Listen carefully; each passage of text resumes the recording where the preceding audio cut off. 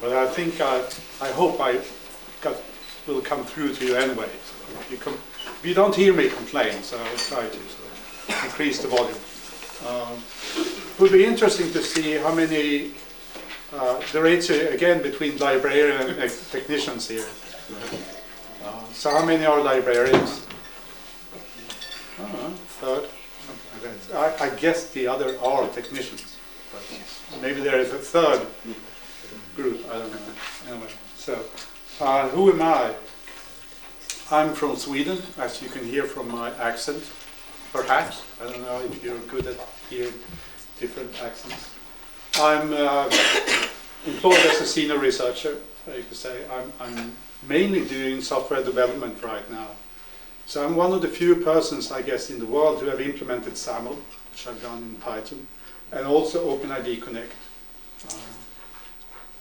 I also done a couple of other things, and one of them, ID proxy, is sort of significant, you could say, in what was spoken about in the last session, where you have the home for the homeless. This is another way of solving that, and namely using identities that people have somewhere else. For instance, it's Google or Facebook or something like that. And I've also done something called OID test. OID is OpenID Connect, abbreviations. And this is actually quite interesting because this is a tool which implementers can use to check their implementations, whether they are according to the specification or not. I'm also a member of the Swedish Federation, the operations team of the Swedish Federation, Identity Federations. And I'm chairing the EMC2 group in Terena, which is the group that is doing middleware, which is basically authentication right now. So that's who I am. So why OpenID Connect? And the reason was that SAML 2 was regarded as too complicated. And this is what you hear when you go to players like Google and Facebook and ask them, why aren't you using SAML? Why aren't you setting up the SAML IDP? And they say it's too complicated. Not for them, because of course they have the resources to implement this protocol anytime. Sort of. But they say that they are just one part in the communication. They do the IDP. They also the other part of the communication, which is the service provider. And they get it wrong in a lot of cases. And then it is the IDP that gets the blame, so Google in this case. So they don't want to be part of that. So they want to have something that is simpler for everyone to implement, not just for them. So this is then what happens. So these guys get together, and I'm sort of interested in finding that actually part of this picture. This wasn't made by me. This was made by this is the official picture. Sort of who is in on this, and you have these sort of Google, Facebook, and then me, sort of, on the right hand side there. Sort of interesting. So anyway, this started to happen a little more than a year ago. Year and a half ago, we started working on this, and it traces its ancestry from OpenID and OAuth. And I'm not sure how OAuth actually is supposed to be pronounced. It's this terrible name. So I don't know, but that's what it is anyways. OpenID Connect is easier to pronounce. So you can see sort of things coming from both of them. The design philosophy then behind OpenID Connect was that simple things should be simple to implement, but you should also be able to do more complex things. So that was the design philosophy, and of course everyone says that, so that's nothing special. But I could sort of show you, I'm not going to do that, but if I had the time I could show you that I actually have the equivalent of an IDP on this device. I think that actually tells something about sort of the simplicity of implementing this. And this is also interesting when you talk sort of about controlling your identity, so when part of it is going to be on this device. So this is, of course, sort of the protocol suite, which is interesting in two respects. One is that if you're going to do sort of this simple implementation, the only document you actually should be supposed to read is sort of the basic client profile, for instance, if you're going to do that. That's the one.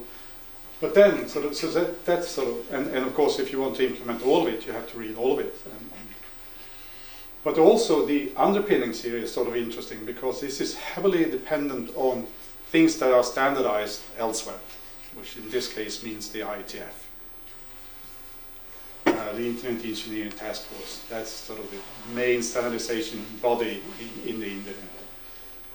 So we are waiting for them to finish sort of part of this before we can say that we are done with our specifications. That's one of the problems right now. Why this is sort of technology in the pipeline. So here you can see sort of you can trace the ancestry of OpenID and OpenAuth. OpenID in that you ask for someone, tell me who you are, which is in what they call a referral letter in this picture here.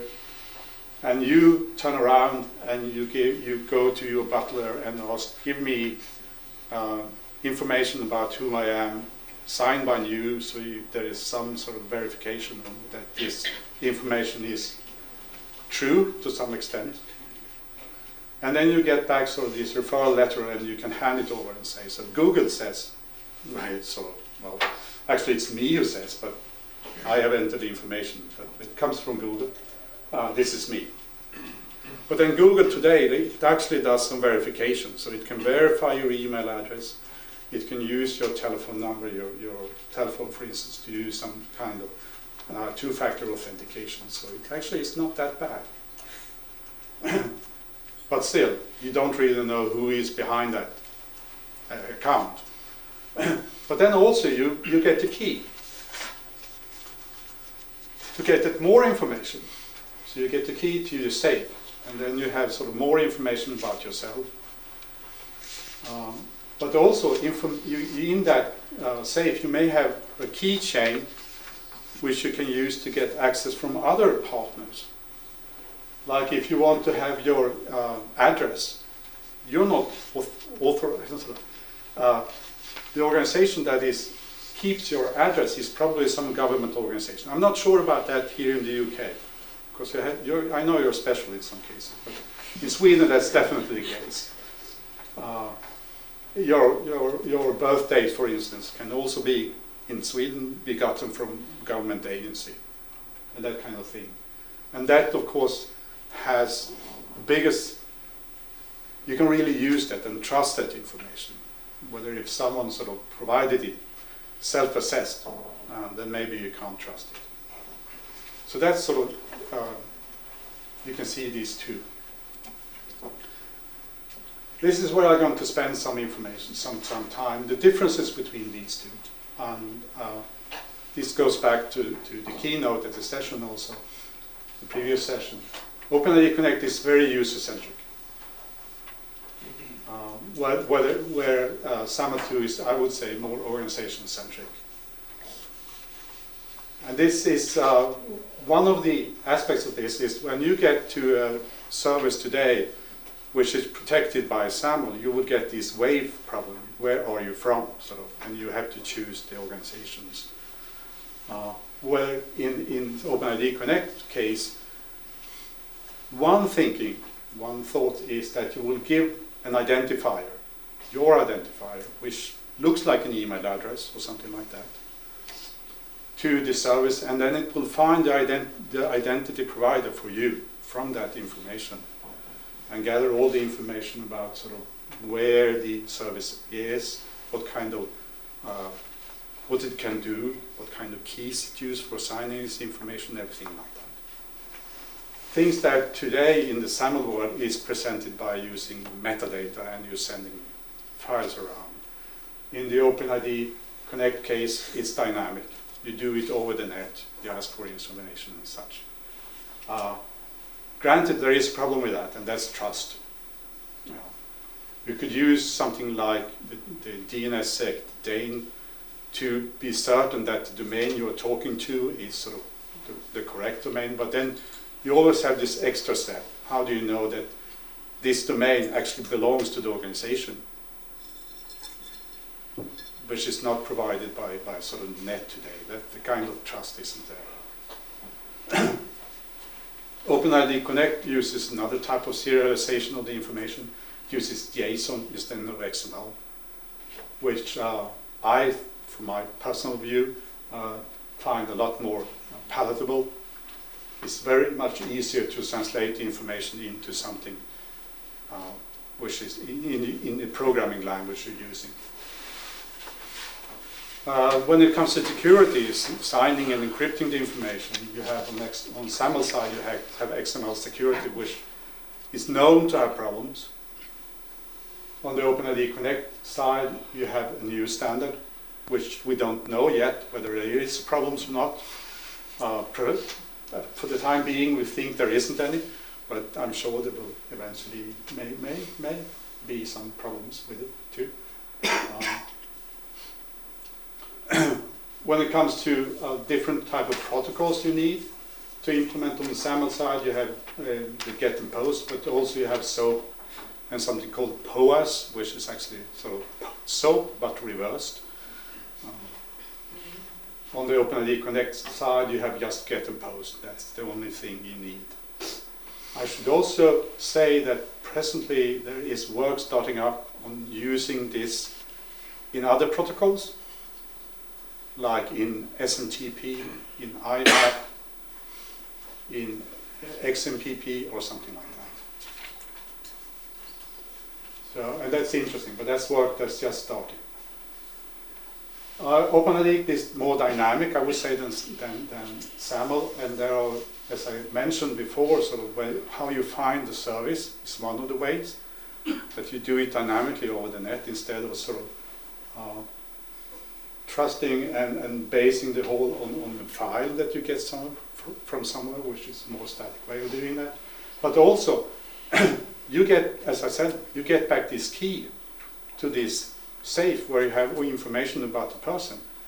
And there is no limitation, and, well, you can have it that way, that the key actually works for a month or something like that, so you can actually go and check every 10 minutes or something like that, have the information changed.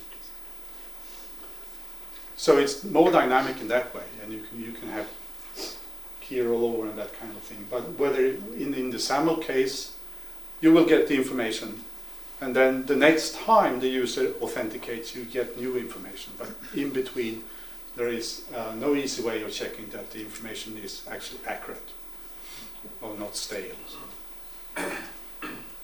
OpenID Connect tries to be minimalistic, to just don't sort of do things in many ways and providing many ways of changing stuff, but sort of whether SAML instead has been known to be, it's very extensible, and instead you then need profiles so that people sort of know what to use of all these stuff that's possible to use, which has these problems then. Yeah, indirect and direct. Again, sort of it has to do with how you transfer the information about the persons. I should also, in this case, maybe go back to the user-centric versus the organization-centric.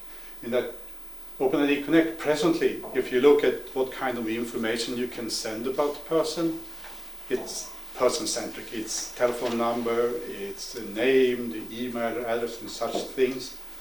There is nothing like roles, entitlements, affiliations, nothing like that. So if we're going to use OpenID Connect, we have to add those things to OpenID Connect. They're not there presently.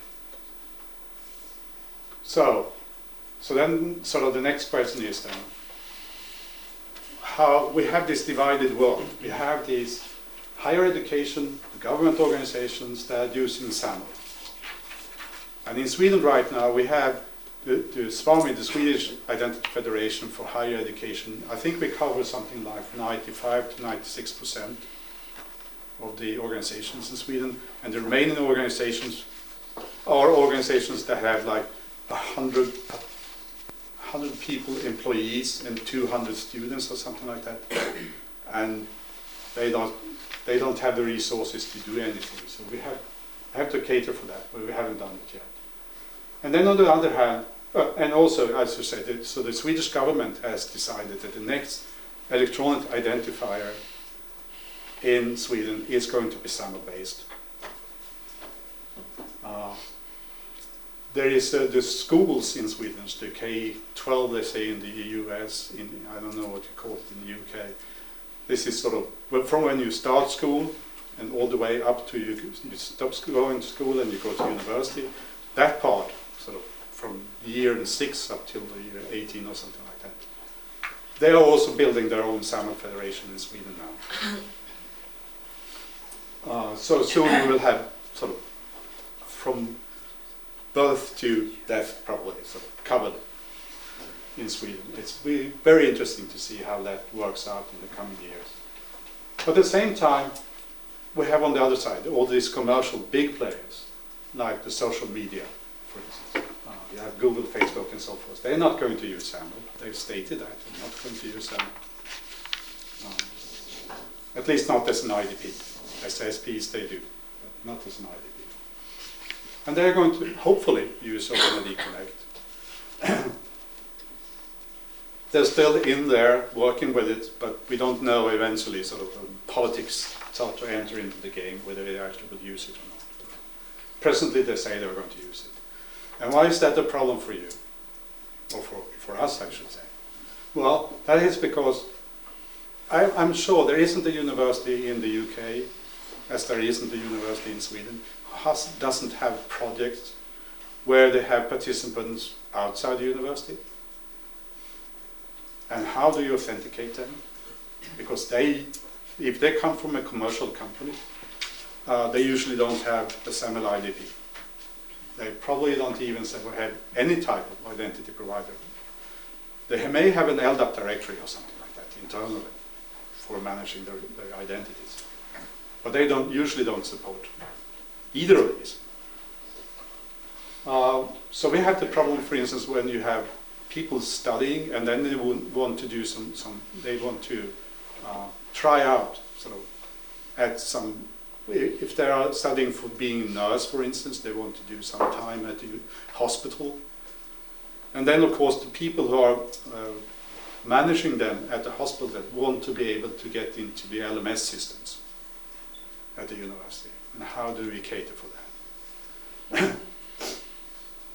So there are two ways of doing that, of course. One is that there is another front end to your IDM systems. And I know that there are talk within the Shibboleth community to add this kind of functionality to the SHIB IDP. So it can do it natively, sort of. There is some work with SPs too. Presently there is a backend, sort of you could say, to the SP, so you can write your own way out if you want to go to someone who talks OpenID Connect. But you can also use what's called an IDP proxy, who on one side looks like a SAML IDP, but on the other hand does the authentication with Google, Facebook, or some service like that. I've written one of those.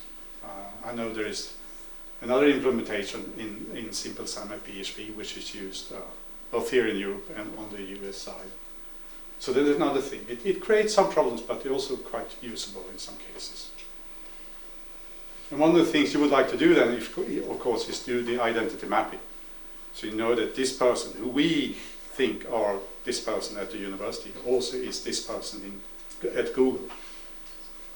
So then you can have people leaving the university for a time, and you delete that sort of information or something, and come back after a while, and you can find sort of, you can link them back to what they had before.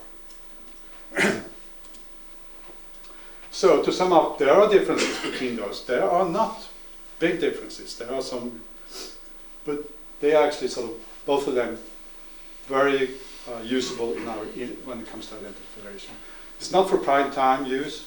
As I said, there are lots of standardization work going on in the IETF, which isn't done at least sort of for another half year or something like that. But you have to be assured, well, you have to know. I'm sure you have to live with OpenID Connect. You have to do it. So start to learn how to do that. I think there's probably some work for your identity federation here in the UK, how to do that.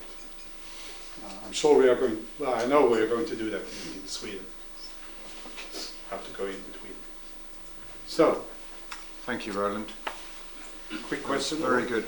I'm going to be very tight on time here because we haven't got long in this session and we did start late. So can we just say thank you to Roland?